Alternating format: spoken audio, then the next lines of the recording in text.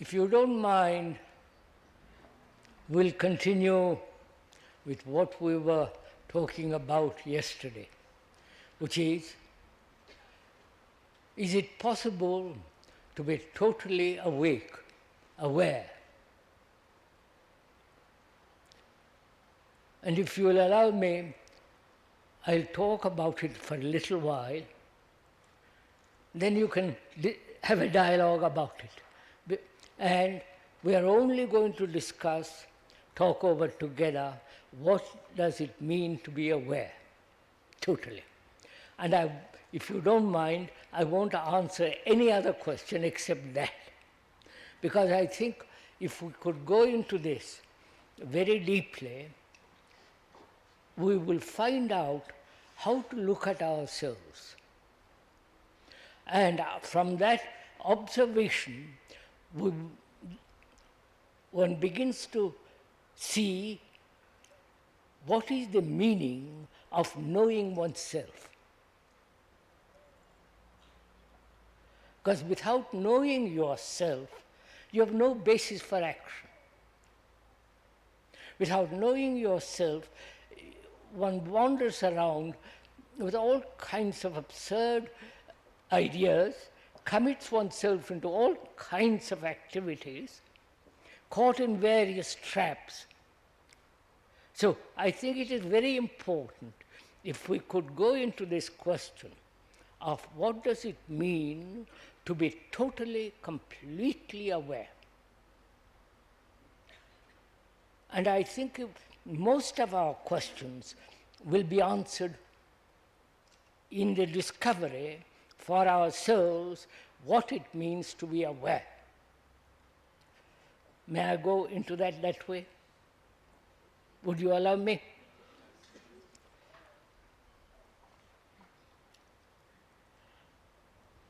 First of all, one can see the importance of being a light to oneself. It doesn't mean to cling to some idea that one has discovered or experienced a light in oneself.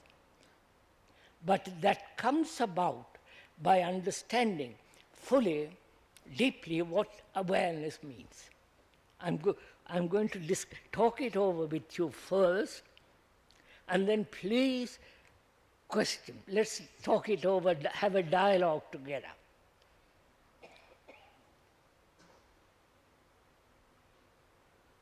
I don't think awareness can be practiced. If you practice it, then it becomes mechanical. Right? That's simple enough. It's like a man who plays the piano. If he practices it all day long, he might practice the wrong notes. So, the awareness implies no practice at all. It is free observation, without any distortion, without any bias, without any prejudice, without any conclusion. Free observation and exposition.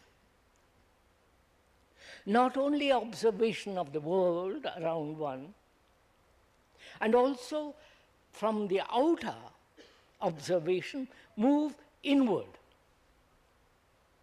Because unless one understands the outer very carefully, merely starting with the inner awareness may be distorting, may be illusory, may be non-factual. So whereas observing the outer, your reactions to the outer, whether you are a Christian, Buddhist, Hindu, Muslim, British, American, whatever that is. So, if you are conditioned, as most of us are, and if you look at the outer with those conditioned mind, then you can't observe freely.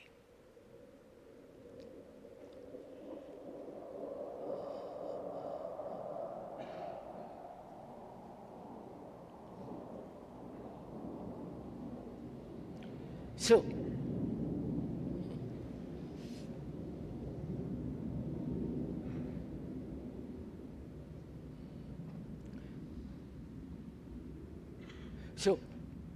awareness implies that one is conditioned, and from that conditioning we have created the world. The moral, ethical, cultural, political, religious world, as well as the psychological world. Right? We are conditioned by our culture, by the society in which we live, which we have created, and we are conditioned by the religions, by the priests, by the family, the tradition of war as the tradition of God, as the tradition of rituals. We are conditioned by the name, by the connotation attached to that name. All this is a form of conditioning. Now, just a minute. So the human being conditioned, beginning, and then he conditions it. He conditions himself through greed. And then he creates a society which helps him to be greedy. Right? This is simply logical. So, it is an interaction between the outer and the inner. It is not outer is different from the inner. It's interaction, constant ebb and flow. Clear, isn't it? So, we're asking, is it possible to be aware of one's conditioning? Totally. Both the conditioning of the conscious mind as well as deep-rooted conditioning of which one may not be aware at all. And we're going to deal with both. Please, I'm talking because now, so as to go into it, you're going to discuss it with me afterwards. I will stop it after a certain time. So, is it possible for a human being,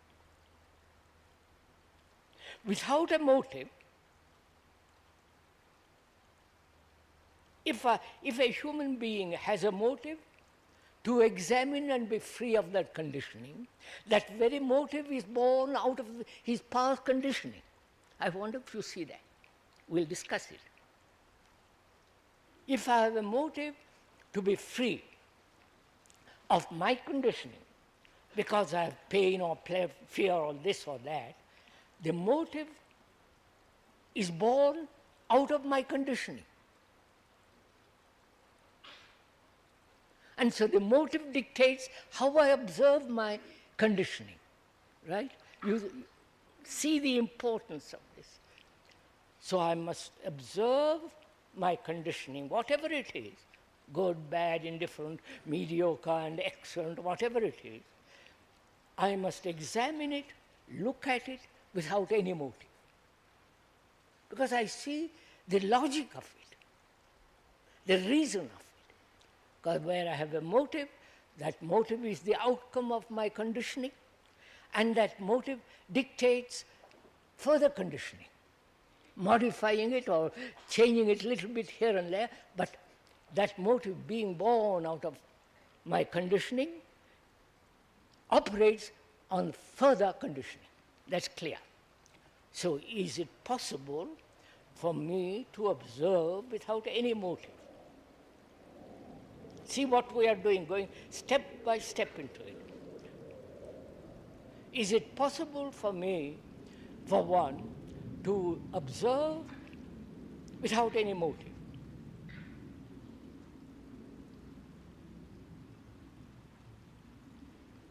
if one sees the logic of it, the truth of it, that is, a motive born out of my conditioning still maintains the conditioning. Do you and I see the truth of it? When I do, the motive disappears. I don't have struggle against it. Entendu? Right? If I have a motive to be free of my conditioning, that motive is dictated by the desire to be free of my trap in order to be something else. To be something else is born out of my conditioning. To be something else is the reaction to my conditioning, dictated, directed by the motive. That's clear. May I go on? Huh? Please, we are going to discuss this with me. Have a dialogue with me. So, one asks, is it possible to be free of motive? All motives, not just one motive. And that is only possible if I see the movement of a motive. Right? How the motive is born, what its actions are, what its responses are, how that very motive curtails, limits further examination. Therefore, seeing the truth of that, the motive, all motives disappear. I wonder if you see this. We're going to discuss this together. Have a dialogue. So, now, the very fact having no motive gives freedom of observation. Right? Right? Now one observes, that is, having no motive, I'm becoming aware of my consciousness, right? Of one's consciousness. So, in becoming aware without motive, and therefore no choice in the observation of my conditioning, because the motive dictates the choice. I wonder if you see all this. Huh? We'll discuss it. So there is no choice in observation. Observation then is freedom to look. The motive is the factor of the past. Motive is the past, right? The motive is the observer. Without the motive, there is no observer. Are you getting something of this? Yeah? You're following? So, mind is free to observe without any choice, without any motive, because I see a choice is the outcome of my conditioning, motive is the outcome of another form of conditioning. So, seeing the truth of that, there is freedom to observe without the observer.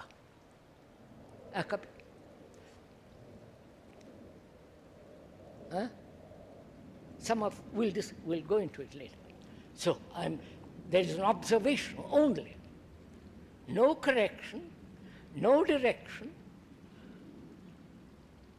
no suppression, they're just observation. I observe, there is an observation, not I observe, there is an observation of authority, one of our conditioning. Authority implies fear, conformity, imitation, obedience, following somebody. Much more is involved in that. Authority of one's own experience, authority of one's own knowledge, or the authority that has been imposed through society and so on and so on.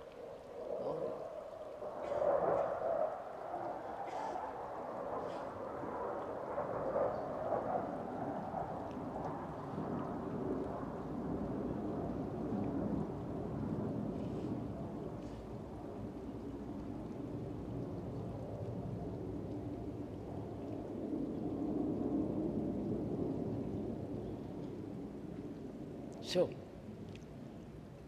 in the observation of authority, that is the art of observation, please follow this, the art of observation is to see that authority has a certain place. Doctors, medicine, technology, but authority has no place in the field of which we call the psyche, right? I have put, art means, as we said at the beginning, to put everything in its right place, right? See the beauty of it, sir, to put everything where it belongs, not through choice, but through observation.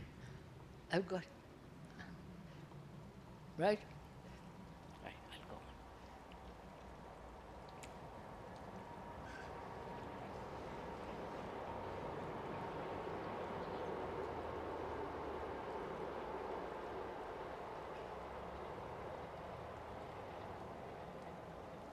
There are better roadbeds, and therefore they're going faster, more noise. So authority has its right place. I observed it. There is an observation of it. And there is fear. I'm just we're taking few of the contents of our consciousness, of which we are becoming aware. Fear has its right place, which is the fear to protect the instrument, the organism, and has no other place. You understand? Pleasure. And how thought pursues pleasure. We went into all that. And what is love? What is sorrow? We went into all that. So, is there a possibility of being aware the whole of it at a single observation and not take fragment by fragment? Because they are all interrelated. They are not separate.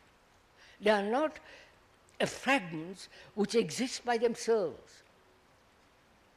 They are all interrelated, acting upon each other. So in this observation, is it possible to observe totally the whole movement? You understand? It is possible only when we understand the meaning and the significance of thought. Thought, experience, knowledge, stored up in the brain as memory, and the action of that memory, thought. So again, the art of giving thought in its right place and no other. Now, we are asking, is it possible to be aware of this total movement as a single unit, or must you go through fragmentary observation of the fragments? That's one point. Second point is, can the conscious mind investigate the unconscious, the deeper layers of consciousness? You understand my question? That's part of observation. That's part of being totally, completely aware. As most of us are educated to live on this superficial conscious level, we find it awfully difficult or impossible to open up, not to a psychologist or psychotherapeutic, to ourselves, to open up everything. Because again, if we have understood fear, then it is possible to open. You understand? If you have gone into the question of pleasure, love, suffering, death, then the whole carve, the whole hidden things are exposed. You don't have to go after them, but they come out. Have you understood any of this?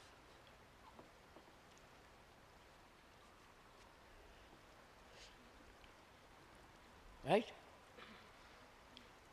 So having no motive,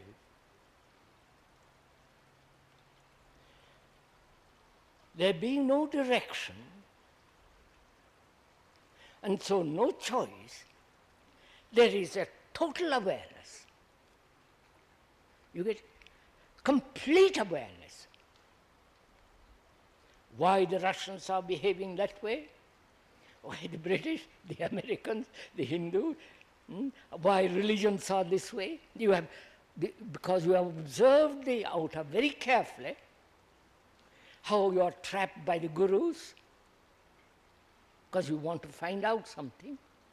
You are eager, when one is very young and fresh and innocent and wanting to enthusiastically find out, there comes along some man who says, I'll tell you all about it, and you are caught.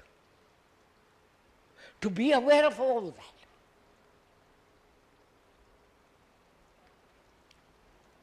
Which means to be aware of your desire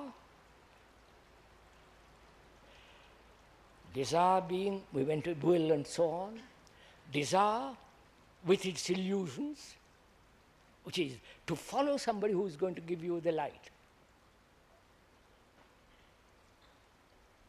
To practice something, hoping thereby that you will have this extraordinary delight or ecstasy, joy. Ecstasy, as we said, is a state of mind which is beyond the self. So, both consciously as well as deep down, there is a total awareness. Right? And from that total awareness in which there is no choice, there is complete action.